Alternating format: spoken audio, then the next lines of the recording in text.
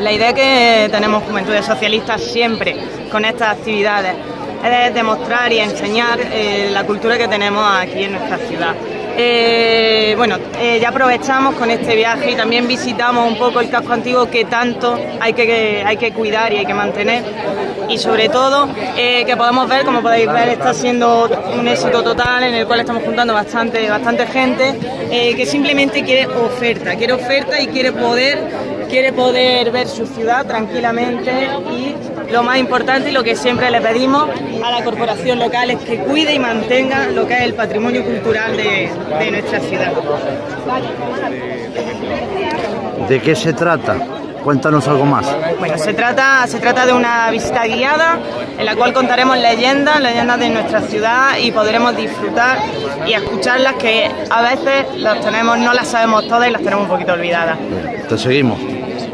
También conozcamos y veamos el casco histórico.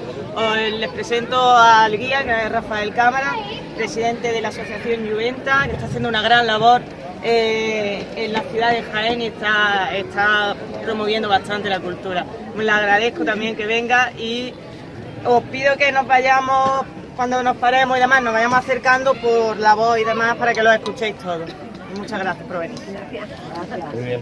Pues casi que si os ponéis en semicírculo me escucháis. Digo porque los de detrás a lo mejor no me escucháis, ¿no? Bueno, el recorrido va a ser sobre leyendas. Acercaros lo más posible porque no tengo megáfono. ¿Me escucháis los del final, más o menos?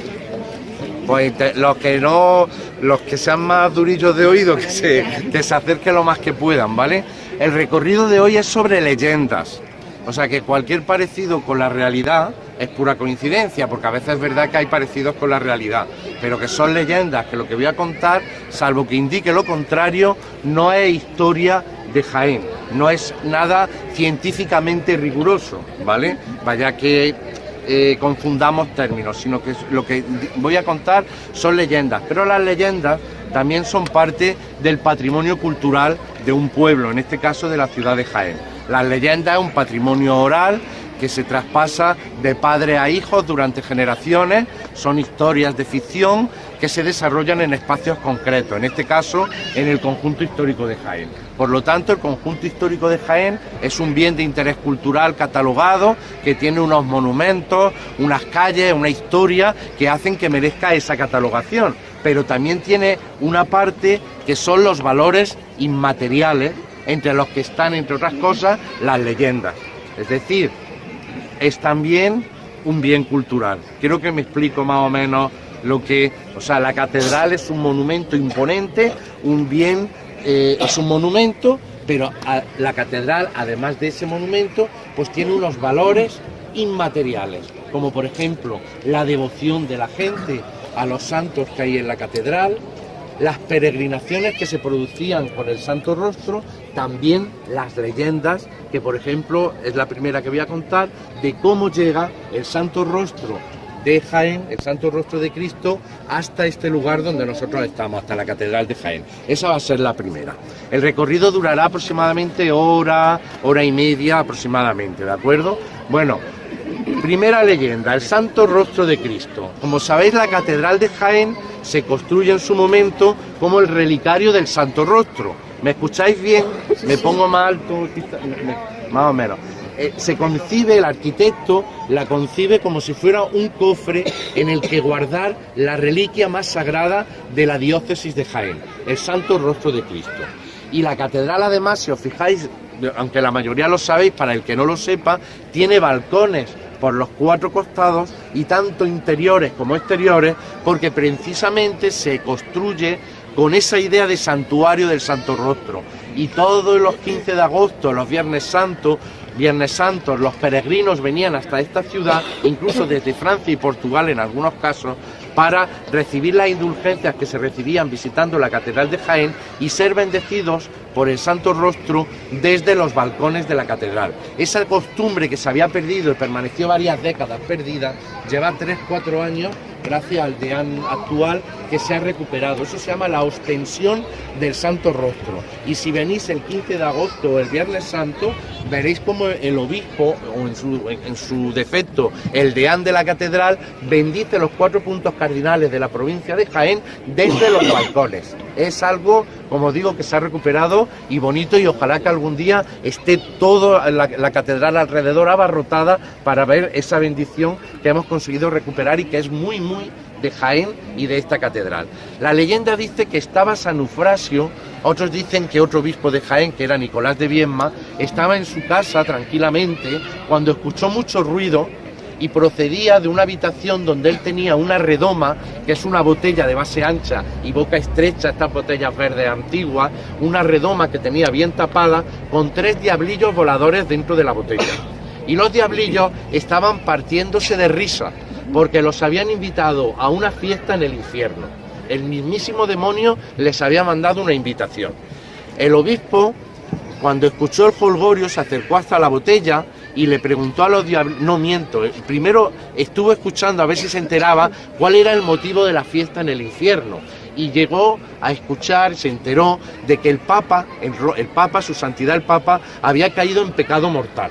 Entonces el demonio, como era el primer papa que iba a bajar al infierno, pues había preparado un gran banquete. Cuando el obispo se entera de aquello, piensa que eso no puede quedar así. Tiene que viajar a Roma inmediatamente y salvar al Papa de que baje al infierno. Se acerca a los diablillos precisamente y le dice que cuál de ellos le llevaría hasta Roma volando. Y un diablillo muy avispado, el más avispado de los 3, se ofrece a llevar al Papa hasta Roma volando. Y le dice: pero me tienes que dar una cosa a cambio. Y le dice el obispo: ¿qué es lo que quieres? Y le dice: la sobra, todas las noches, las sobras de tus cenas. Se ve que el obispo cenaba a mesa y mantel, y el diablillo se apañaba con las sobras de la cena. El obispo accede, se monta sobre el diablillo volador y se va volando hasta el Vaticano en 15 minutos. Luego aquí ya surgen muchas versiones de la leyenda, que se le cayó un sombrero en Roma y allí se quedó, y el sombrero tenía nieve porque habían volado sobre los Alpes y llegó con el sombrero lleno de nieve a Roma. Hubo incluso hace unos siglos, el padre Feijóo criticaba duramente que en Jaén se pudiera creer eso, porque decía que era una barbaridad, que cómo iba a ir un obispo volando sobre un diablillo. Luego esto trae mucha cola, pero el caso es que se planta en el Vaticano el obispo de Jaén, pide audiencia papal, y el Papa, sorprendido de que un obispo de Jaén haya ido hasta allí, pues rápidamente le da audiencia. Y cuando llega, dicen que entra echando agua bendita sobre las estancias vaticanas y también bendiciones, y que se oían rugidos, ruidos de cadena, olor a azufre. Estaba maldito el Vaticano en ese momento. Total, llega ante el obispo y consigue convencerlo de que ha caído en pecado mortal. Y el obispo, el Papa lo convence de que ha caído en pecado mortal. Y su santidad el Papa, entonces, se arrepiente de su pecado y se salva del infierno. Y en agradecimiento al obispo de Jaén, le regala la reliquia más sagrada, el Santo Rostro de Cristo. El obispo de Jaén se monta sobre el diablillo volador con su santo rostro, se viene volando desde Roma hasta aquí, hasta la plaza de Santa María, y se produce el primer puente aéreo de la historia de la humanidad, Jaén-Roma. Llega hasta Jaén, deposita el santo rostro, ya se queda para siempre en la diócesis de Jaén, y el diablillo volador reclamará al obispo las sobras de sus cenas. Y el obispo, a partir de esa noche en que ya está en Jaén, a partir de esa y hasta el día en que fallece, va a cenar todas las noches un cuenco de nueces, y todas las noches le dará al diablillo las cáscaras de las nueces. Bueno, pues vamos ahora a subir por la calle. Se llama calle Joaquín Costa en la actualidad. ¿Me escuchan bien los del final? Bien, pues es que esta calle, como digo, se llama Joaquín Costa en la actualidad, pero en el siglo XIX se conocía popularmente como el Callejón del Duende o la calle del Duende, ¿vale? Y ahora vamos a hablar de qué son los duendes, quiénes son los duendes. Pero deciros que por la geografía nacional hay multitud de localidades que tienen alguna calle o Callejón del Duende. Es algo muy común. Pero en el caso de Jaén, que como bien dijo Camilo José Cela, es la más misteriosa de las Andalucías, pues tenemos 2 calles del Duende, porque somos más misteriosos que el resto de la geografía nacional. esta, que ya no se llama así, pero que era la calle del Duende, y otra en la Magdalena, que se llama calle Duende de la Magdalena. Pero no es la que está rotulada como calle Duende de la Magdalena. Esto ya es otro misterio insondable. El ayuntamiento se equivocó y puso la placa en la calle paralela de más arriba, pero en realidad es junto al San Juan de Dios donde está la calle del Duende. Hace unos años, desde la Juventa, solicitamos que se cambiara la rotulación a la verdadera calle del Duende, pero estamos esperando, porque parece ser que el papel se ha perdido por alguno de esos duendes que hay en el ayuntamiento. Y ahora vamos a hablar de lo que son los duendes.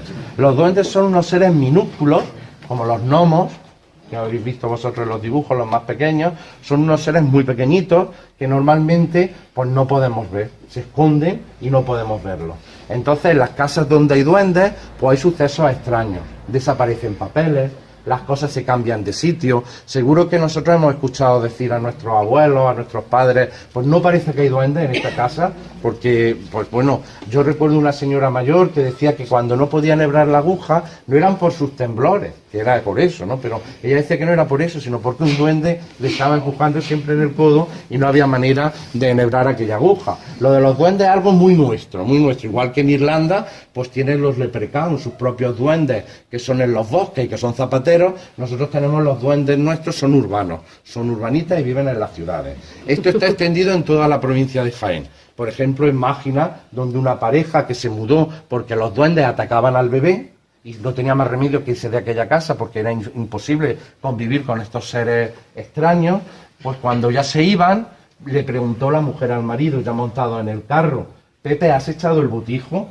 Y ella se quedó él así un poco extrañado y desde detrás una vocecita dijo: lo llevamos nosotros, porque sabían los duendes se iban con ellos. Pues esos son unos personajes, como digo, muy fastidiosos. Y en esta calle hubo un duende. Dicen que vivía un señor en una casa de esta calle, un señor muy misterioso, que no se relacionaba con la vecindad, que no sabían a qué se dedicaba, que salía a horas intempestivas de la noche de su casa en dirección a nadie sabe dónde. Y entonces, bueno, pues había un vecino que estaba más aburrido de lo habitual, siempre hay alguno, y empezó a indagar a ver este señor pues, a qué se dedicaba, que era le parecía muy extraño, y en su afán de conocer, pues no pudo evitar colarse dentro de su casa. Entró a hurtadillas en su casa y descubrió que había un plano muy extraño, cosas que a él, bueno, no vio mucho más allá de aquel plano, ¿no? Se fue a su casa y miren por dónde cuando este vecino regresa, el propietario regresa a su casa, el hombre tan huraño llega a su casa y parece ser que él se da cuenta de que alguien ha estado tocando entre sus cosas. El caso es que un día se marcha de nuevo y el vecino, no satisfecho con haber entrado una vez en esa casa ajena, decide que va a entrar otra vez. Y cuando va otra vez a entrar en la casa, pues de golpe ve un resplandor y siente un fuerte golpe en la cabeza y pierde el conocimiento. Cuando él se despierta, empieza a chillar diciendo que le ha atacado un duende. Lo que yo ya no sé decirle, si el resplandor y el golpe fue un duende o si él se lo inventó porque había una trampa en la casa, porque el otro se había dado cuenta y no era un duende. El caso es que la leyenda nos llega como que un duende le ataca. Los vecinos pues salen todos a la calle, que qué barbaridad, que en esta calle hay un duende, que eso es un peligro, que eso los chiquillos hay que llevárselos de aquí, que eso son muy peligrosos. Y al final cuando llega el dueño le advierten de lo que ha pasado. Y el dueño se lleva en su cartera el nombre de la persona que iba a entrar en su casa. Unos días después, el hombre llama a este vecino y le invita a que vaya a su casa.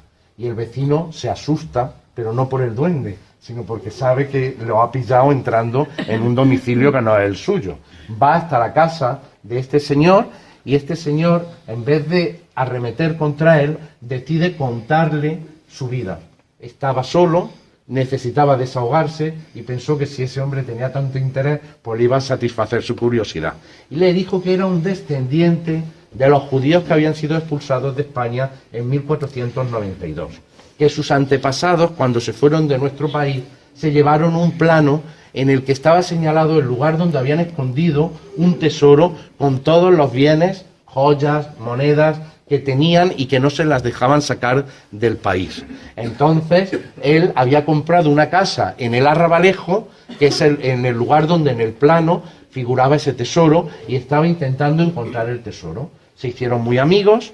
Dicen que encontró el tesoro, que se marchó a aquellos países ignotos y lejanos donde ya venía aquella familia judía y que el señor de Jaén, que había entrado en casa ajena, se quedó como administrador de los bienes de ese señor en esta ciudad, que por lo pronto sabemos que eran una casa en la calle del Duende y una casa en el Arrabalejo. Esa es la historia del duende de esta calle. La del Duende de la Magdalena, no lo sabemos. No conocemos. Lo que sí les diré que esta calle tiene duende. Ahora cuando subamos nosotros hacia arriba, antes de torcer la esquina, vuelvan la vista hacia atrás, sin tropezarse, que somos muchos, y evitando tener ningún problema, vuelven la vista hacia atrás y verán que hay una vista con duende de la catedral.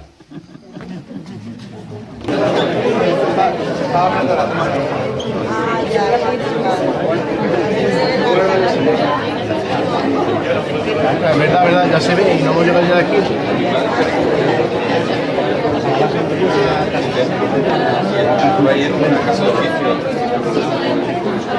Estaba Pepe Fiebre, el alcalde. No, estoy callada.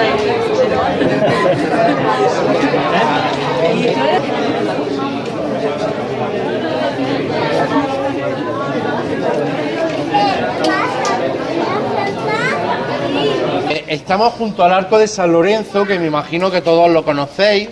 Hay gente que erróneamente cree que es una puerta de la muralla. El arco nunca ha sido una puerta. El arco es lo que queda de la antigua parroquia medieval de San Lorenzo. Una iglesia que estaba entre esta calle, la calle San Lorenzo, y otra calle paralela, que es la calle Parrilla. Los nombres de las calles no son casualidad en las ciudades antiguas. San Lorenzo, iglesia de San Lorenzo, calle Parrilla, porque San Lorenzo muere mártir quemado en una parrilla. O sea, no son casualidad nunca el nomenclator de las calles en el casco antiguo. Esta era la calle Maestra Alta, ahora se llama Almendros Aguilar, que es un poeta de Jaén, pero en un principio calle Maestra Alta, y la actual calle Maestra, junto a Martínez Molina, la calle Maestra Baja. Bueno, pues el Arco de San Lorenzo es que cuando se construye la iglesia, para hacer el altar, se encuentran con este cantón y lo que hacen es voltear la calle con el arco, de forma que donde estáis viendo la ventana hay una sala alta en la que se encuentra el presbiterio. El lugar donde está la mesa, desde donde el cura hace la misa, está sobre la calle, y desde ahí él, mirando hacia arriba, estaba la feligresía en la iglesia que estaba hacia arriba. No sé si más o menos hacéis una idea de qué es el arco. Entonces es el ábside de la iglesia, y debajo, justamente, como queda espacio porque han volteado la calle, se crea una capilla que con el tiempo pasó a ser capilla del Hospital de la Madre de Dios, que estaba en esta calle, por eso se llama calle Madre de Dios, y que todavía se puede ver un poquito desde la puerta. Hay visitas de jueves a domingo organizadas por el ayuntamiento, por si alguien no lo conoce, puede ir a la oficina de turismo y pedir visitar el árbol. No hay el arco, no hay otra fórmula. El caso es que en este arco se desarrollan dos leyendas. Vamos a esperar que pase el magnetofón este o megáfono.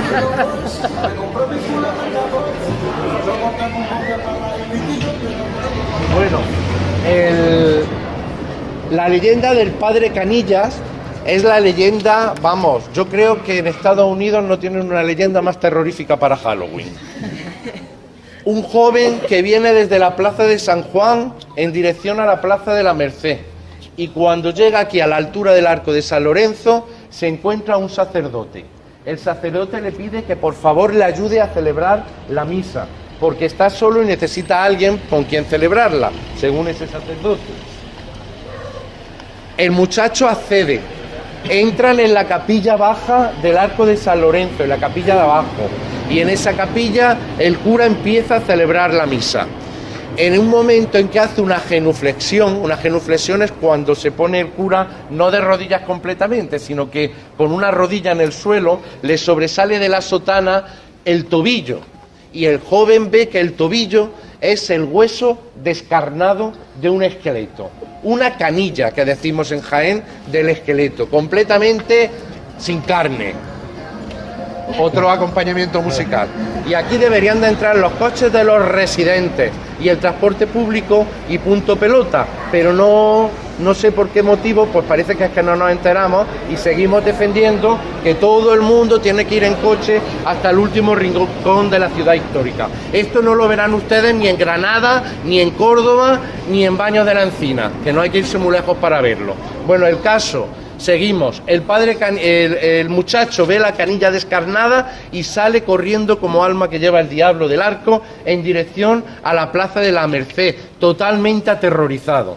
Cuando llega a la Plaza de la Merced, menos mal, había otro sacerdote y lo para, le dice, muchacho, ¿qué es lo que te ocurre? Vio que le iba a dar algo y el muchacho se desahoga con el sacerdote y se empieza a tranquilizar un poco y le cuenta lo que ha pasado en el arco y lo que ha visto de la canilla descarnada. Entonces el sacerdote que había en la Plaza de la Merced, con un brillo pícaro en los ojos, lo mira, se levanta la sotana y le dice que era como esta y le enseña otra pierna completamente descarnada. Era un esqueleto. El muchacho le dio un pitango.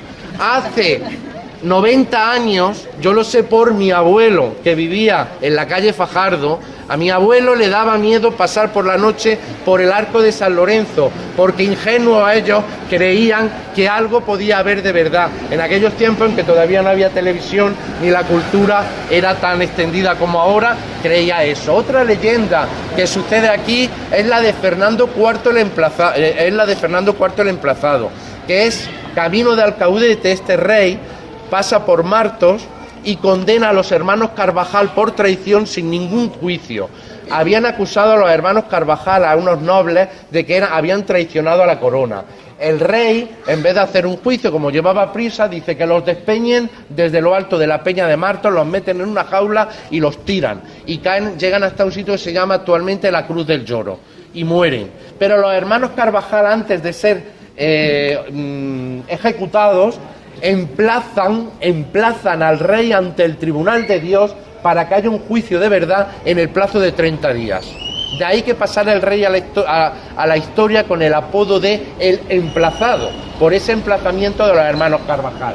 A los 30 días justos el rey está en Jaén, come bien, se va a dormir la siesta y no despierta de la siesta, fallece. Por eso pasa la historia, como os digo, como Fernando IV el Emplazado. Y ese rey parece ser, según la tradición, que fue velado en el arco de San Lorenzo. Ahora vamos a ir hasta la plaza de San Bartolomé. Vamos en busca de un fantasma. ¿Por qué antiguamente, cuando la puerta estaba abierta, entrábamos los chiquitos y sacábamos huesos? Porque hay un enterramiento ahí. A eso. No son de Jaén, que he visto que hay gente que es de otras localidades. Estamos en la plaza de San Bartolomé, ¿vale? Es el epicentro de la antigua colación de San Bartolomé, cuyo centro estaba evidentemente en la parroquia del mismo nombre, Iglesia de San Bartolomé. En esta plaza hay una casa que popularmente es conocida desde hace muchísimas décadas con el sobrenombre, más que décadas, yo creo que desde casi ya más de un siglo, la Casa del Miedo. ¿Qué es esa casa? La de la puerta de madera, ese gran caserón, es conocida con el sobrenombre de la Casa del Miedo, porque de siempre la gente ha dicho que en esa casa hay miedo, que en esa casa suceden cosas extrañas. Yo les voy a contar algunas de las cosas que han sucedido a lo largo del tiempo. Una fue un tiempo en que, bueno, primero la casa pertenecía al conde del Águila, y el conde del Águila parece ser que la tuvo arrendada y ahí vivían unos señores con un bebé, y el bebé se le cayó a una de las criadas desde un patio central que tenía de estos de las casas andaluzas con sus barandas, pues se le cayó el niño desde varios pisos de altura y el niño falleció. Y entonces ya la gente, la casa empezó a gustarle poco. Después fue Catastro de Rústicas, una oficina pública, de la administración pública. ¿Me escuchan bien? Sí, quizás sí. Es una oficina de la administración pública. Dicen que se movían las mesas, las sillas, que se perdían los papeles, eso es más normal, pero bueno, que se movieran las mesas y se movieran las sillas es más extraño, ¿no? Y entonces ya la gente decía, en esa casa hay miedo, es la casa del miedo. Pero el detonante final fue un verano en el que la gente disfrutaba del verano en las calles y empezó a pasar un fantasma, pero un fantasma con sábana blanca incluida, paseando por las calles de este barrio. La gente evidentemente se escondía, no salía a la calle a pesar del calor, había pánico, ya no era miedo, hasta que un día un vecino decide que no va a aguantar más eso del fantasma y se pone apostado en una esquina esperando que pase el fantasma. Cuando llega el fantasma esa noche, él saca una pistola y ¿saben lo que pasó? Que el fantasma se alzó la sábana y salió corriendo. Salió corriendo en dirección contraria. Y ya se descubrió que había una señorita en esta casa y su novio, su amado, era el fantasma. Y para que nadie los molestase y poder venir a ver a su novia, se vestía de fantasma y nadie les molestaba. Hay un refrán español que dice, yo lo entendí cuando me contaron esta leyenda, donde hay fantasmas, hay fantasmillos. Es muy español. Bueno, pues, ¿es el único fantasma de Jaén? No. En el puente de Santana, en la glorieta de Lola Torres, dicen que también había fantasmas, pero esos fantasmas iban incluso con calabazas en la cabeza, sábana y calabazas con velas, y bueno, pues era algo que causó también mucho pánico. Lo que hacían era tratar de evitar pagar los impuestos que se pagaban en ese lugar. Y también dicen que había un fantasma por el Pilar del Arrabalejo, pero en este caso la historia es al contrario que aquí. Era una fantasma que iba a visitar a un fantasma. O sea que los fantasmas ya vemos lo que son, ¿no? Movimientos interesados de personas que intentan infundir el terror en la población para poder esquivar una aduana o poder llevar a cabo un cometido personal en el que tienen interés. Esos son los fantasmas, ¿vale? A día de hoy, sí. Hubo una intervención armada en Cataluña por otra anterior declaración de independencia, fue en la Plaza de Santa María, no lo he contado, donde tocaban los tambores para reclutar los tercios que iban a ir a la guerra de Cataluña, porque también fue gente de Jaén, ¿no? Afortunadamente ahora ya no se interviene de una forma tan militarizada, ¿no? Bueno, lo he visto en las noticias, también tocar otros temas. Hemos hablado de los valores inmateriales, ¿verdad?, de las leyendas. Pues también hay personajes que aparte que tienen sus propias leyendas, la historia de los jiennenses, de algunos destacados jiennenses, también la historia de la gente del pueblo, pues tiene es importante, es una historia que hace historia a lo grande, que forma parte de la historia de la ciudad. Cuando nosotros visitamos los cementerios, por ejemplo, pues estamos conociendo nombres de anónimos y a veces de poetas, de políticos, de gente importante que han formado parte de la historia de nuestra ciudad. En este caso, ahora los que están en el lateral se acercan hacia acá, verán que es una silueta, es una escultura dedicada a un jiennense, a un señor que nació en Jaén en el año 915 y que con motivo del 1100 aniversario de su nacimiento se le puso esta escultura y se le nombró hijo predilecto de la ciudad de Jaén y se le concedió la medalla de oro de la ciudad. Se llama Ben Saprut. Me imagino que habrán oído hablar de su calle donde estaba antes el Urende, ¿no? Junto a la Universidad de Jaén. Hasdai Ben Saprut nació en Jaén, como digo, en el año 915, hijo de Isaac Ben Saprut, que también era de Jaén, y que había fundado una sinagoga aquí en su ciudad natal. Una familia judía. Este judío pasa a trabajar con los dos califas más importantes del Andalus, Abderramán III y Al-Hakam II. Ustedes conocen Medina Azahara y la mezquita catedral de Córdoba, ¿verdad? Pues los que construyen, los que hacen la primera construcción de la mezquita de Córdoba y los que construirán la ciudad palatina de Medina Azahara, los Omeya, el máximo esplendor de la España musulmana, tiene como mano derecha ambos califas a un jiennense, judío, Hasdai Ben Saprut. No voy a hablar de él porque se me va media hora.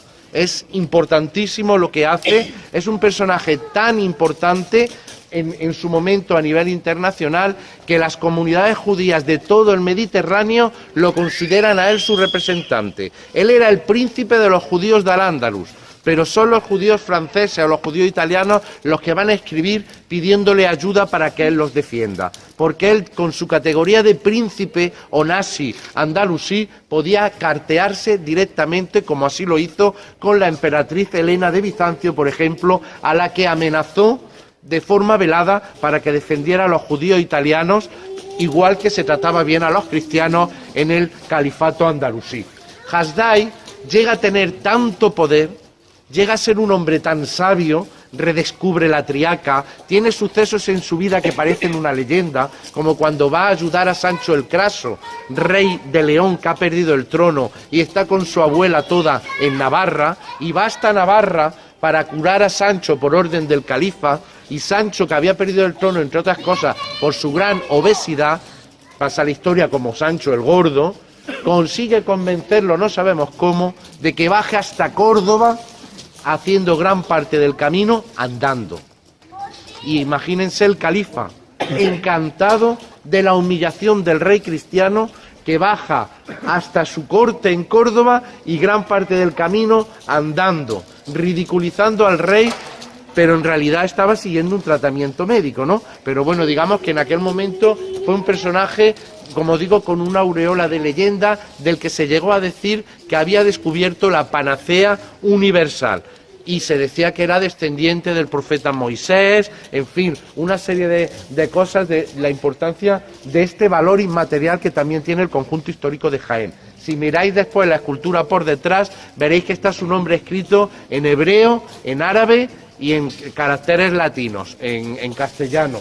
Y por delante y por detrás tiene los símbolos de las 3 religiones monoteístas que había en ese momento. La media luna creciente, el candelabro judío de 7 brazos y el pez, que es uno de los símbolos del cristianismo primitivo.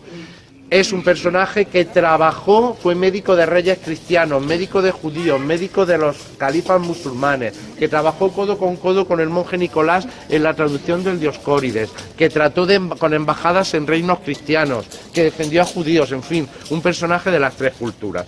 Luego también estamos en la judería. Aquí os voy a contar un cuento de un rabino de Jaén que se llamaba Isaac. No sin antes deciros que luego vamos a salir por el Callejón del Gato, que su origen está en que ese era un lugar donde se acumulaba la basura y los gatos, y en el siglo XIX se abre este callejón porque se ha cerrado uno que había más arriba, el Callejón del Baño, y se le pone el nombre del Callejón del Gato. Pero me gustó mucho leer que el origen de los gatos en un cuento judío, los cuentos judíos son muy bonitos, que decía que cuando Noé embarcó una pareja de cada especie de animales en el arca, con el diluvio universal, las ratas y los ratones se reprodujeron de mala manera y empezaron a comerse la comida del resto de los animales e incluso la comida de la familia de Noé. Y le pidió, hizo una plegaria a Dios, le pidió ayuda y Dios le dijo que acariciase 3 veces la cabeza del león. Noé acarició 3 veces la cabeza del león, el león estornudó y por su nariz salió una pareja de gatos. Y ese es el origen desde entonces de que las ratas y los ratones vivan en los agujeros escondidos fuera de la vista del resto de los animales. El rabino Isaac era un rabino que vivía aquí en la judería de Jaén y dicen que un día, estando junto al fuego, entró en un profundo sueño. Y en ese sueño el rabino soñó que estaban cenando y que en el momento que su mujer, que se llamaba Sara, empieza a repartir la sopa a los comensales, a la familia, a uno de sus hijos se le cae el plato, se quema, se le cae el plato al suelo y el plato se rompe. La madre se enfada muchísimo y muy airada le dice que tendrá que ir al día siguiente al platero a comprar otro plato de loza. El muchacho va al día siguiente a la tienda por otro plato y el tendero estaba acompañado de un primo suyo que venía de Marruecos, de Fez, y que contaba muchas grandezas, contaba como que era alguien muy importante. Vio al hijo del rabino Isaac cuando fue a comprar el plato y le preguntó a su primo, el tendero, si ese muchacho era inteligente, si tenía estudios. Le entró por la vista la forma de ser del muchacho y el tendero le habló muy bien de Rabí Isaac y de la educación que habían recibido sus hijos, porque dice, aunque sea un rabino pobre, los hijos son muy inteligentes y muy bien educados y gente muy honesta. Decide que se lo va a llevar a trabajar con él a Marruecos, a Fez, y entonces va a hablar con el rabino y lo termina convenciendo. Cuidado porque va a pasar un coche, aunque parezca difícil, pero pasan coches también por aquí. Si pueden subir aquí, va a dar la vuelta. Bueno, convence al rabino de llevarse a su hijo a Marruecos. Y el rabino, pues aunque no quería, como digo, era una boca menos para comer y su mujer lo convence. Se va a Marruecos y poco a poco se convierte en la mano derecha de este señor.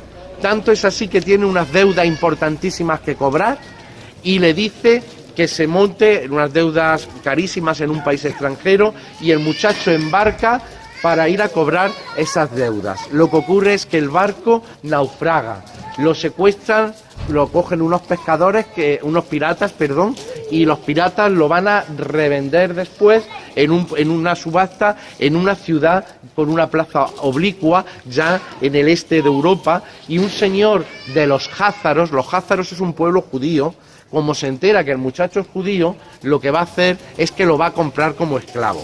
Se lo lleva a su tribu. Los házaros es un pueblo que existía junto al mar Caspio, en Rusia.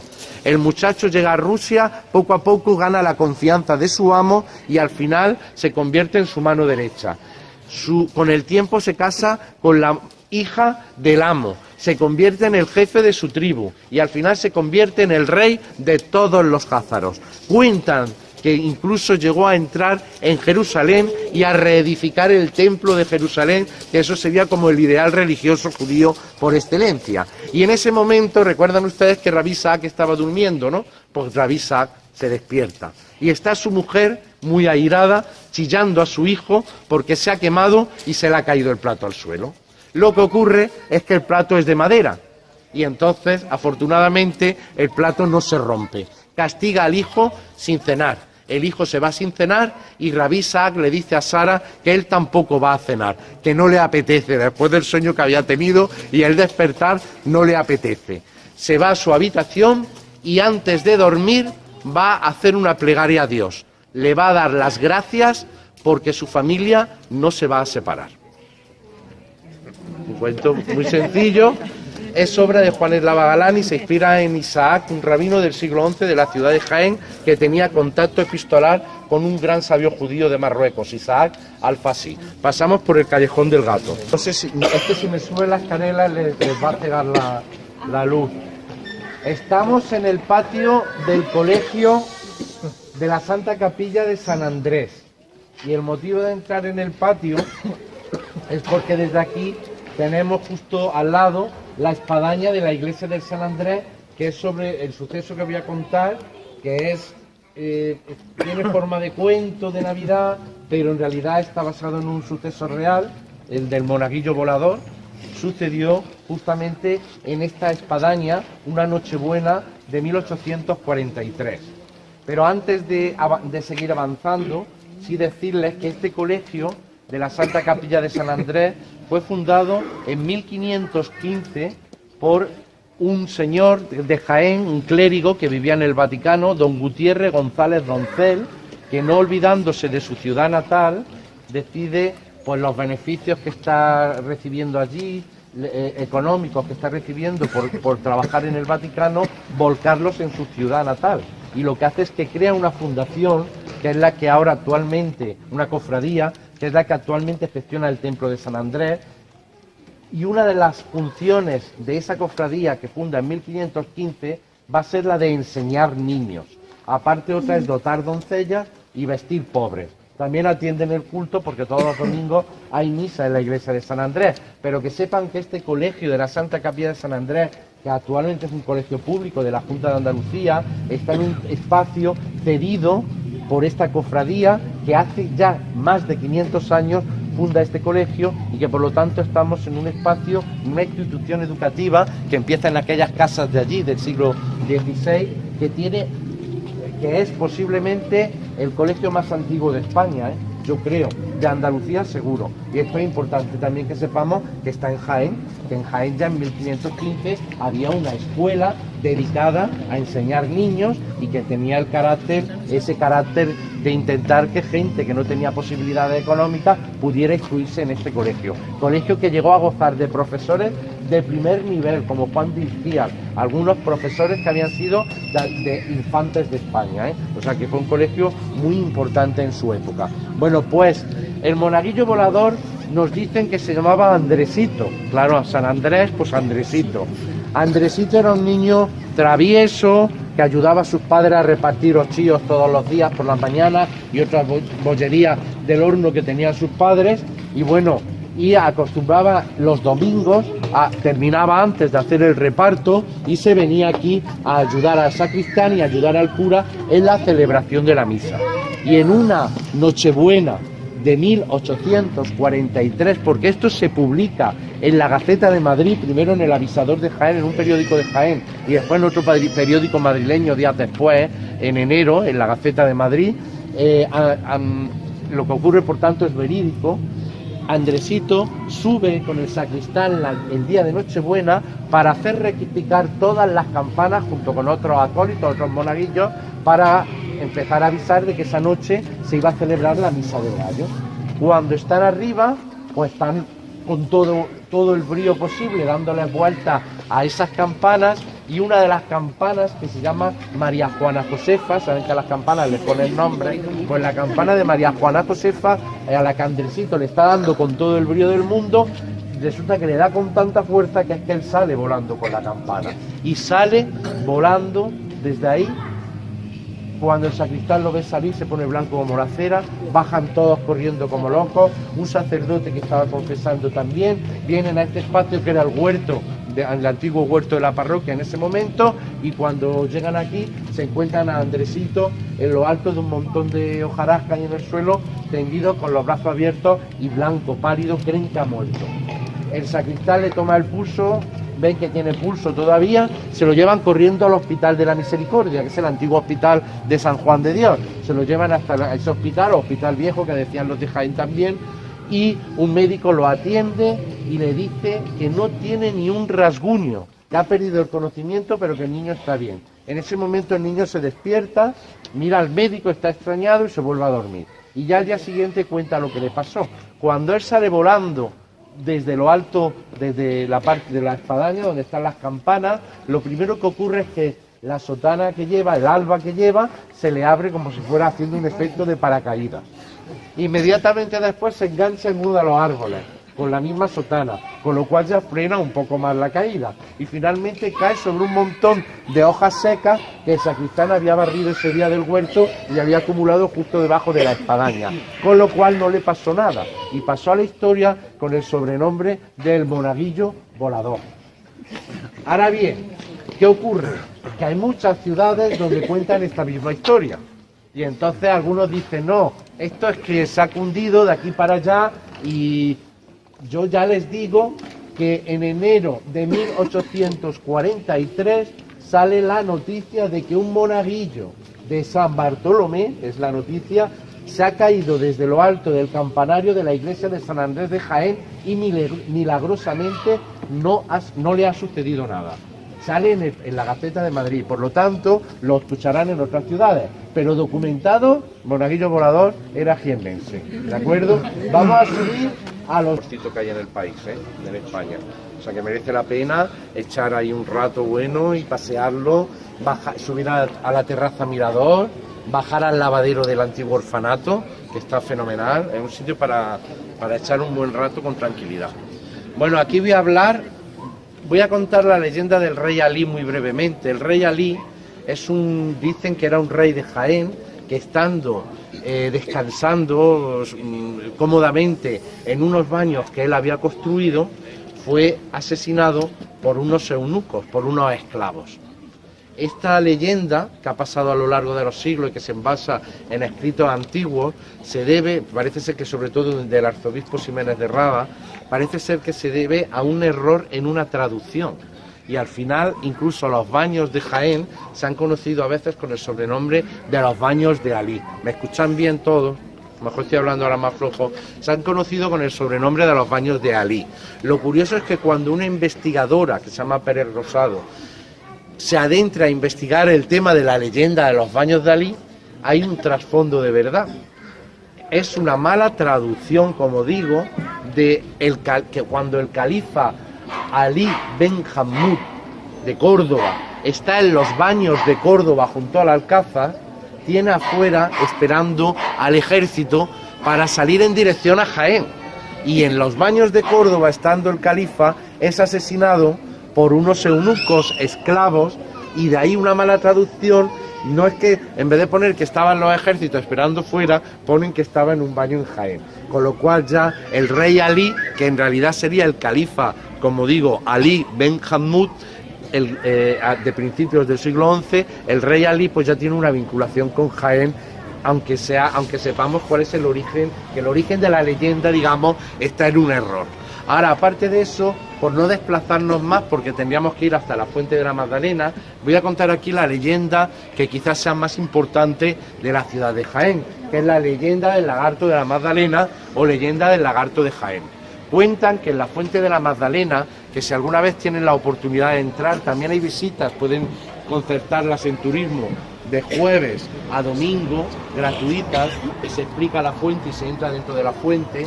La Fuente de la Magdalena está muy deteriorada, lamentablemente, pero es interesante conocerla. La Fuente de la Magdalena es una fuente de origen romano. Es una fuente con forma semicircular y un gran arco triunfal para acceder a ella. Su origen está en el siglo I de nuestra era. Es una fuente de la ciudad romana de Aurgi y es una fuente que se cree, dicen los estudiosos, que muy posiblemente era un ninfeo romano, es decir, una fuente con su ninfa, una deidad menor. En Roma las ninfas eran las que cuidaban los manantiales de agua y por lo tanto eso era un ninfeo.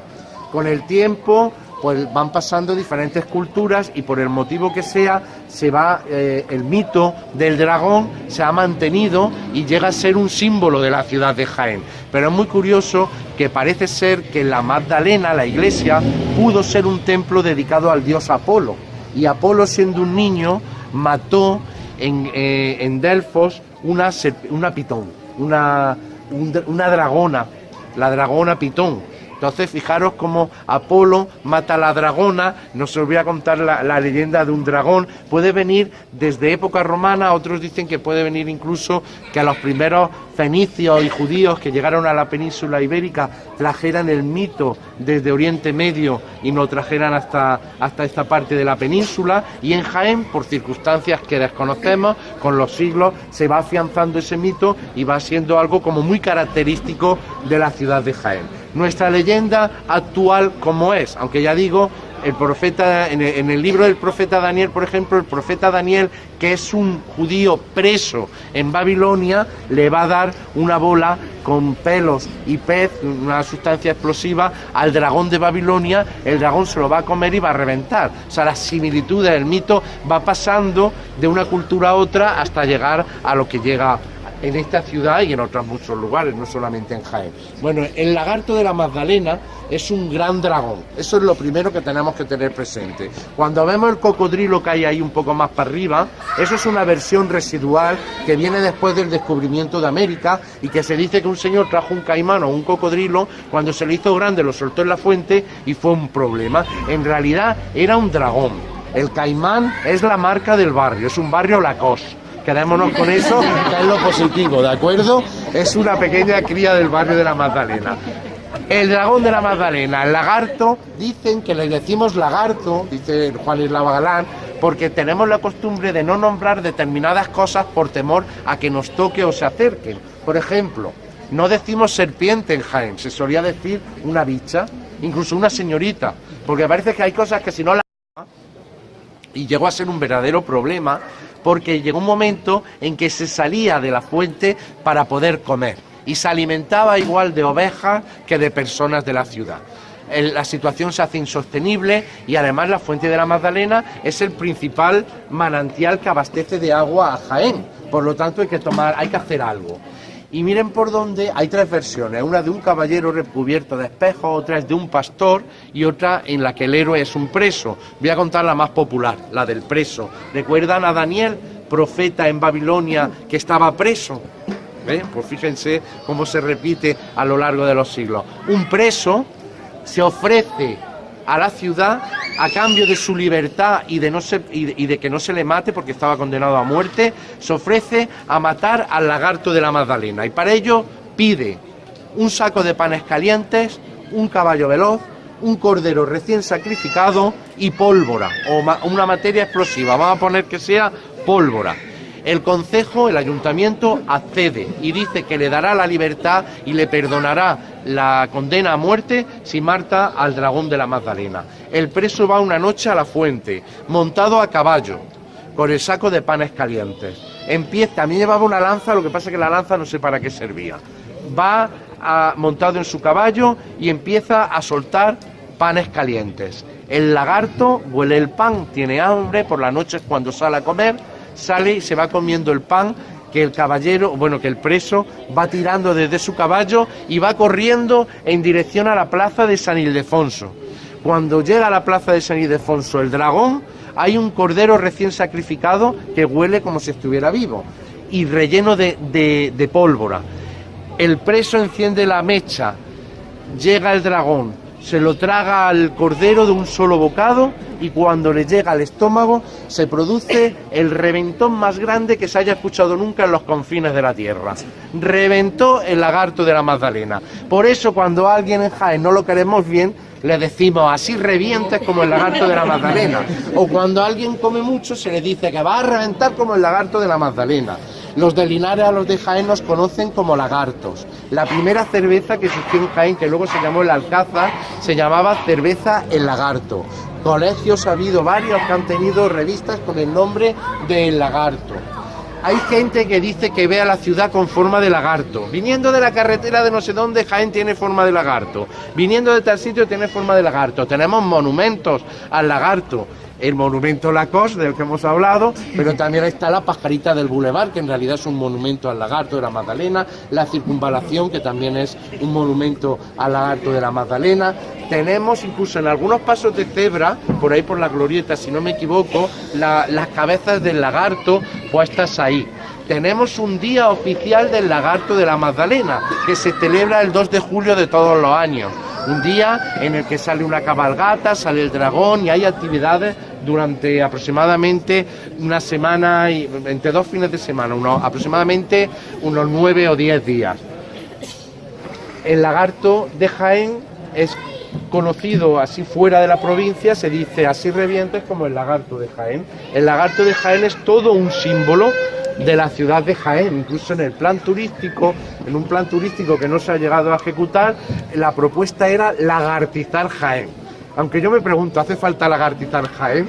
Pues no se puede, ¿no? Como símbolo distintivo, lo digo en broma, pero evidentemente Jaén es la ciudad del lagarto, la ciudad del dragón. Bueno, yo sin más, aquí voy a terminar, espero que les haya gustado y como habrá otras oportunidades para repetir, nos vemos en otra ocasión.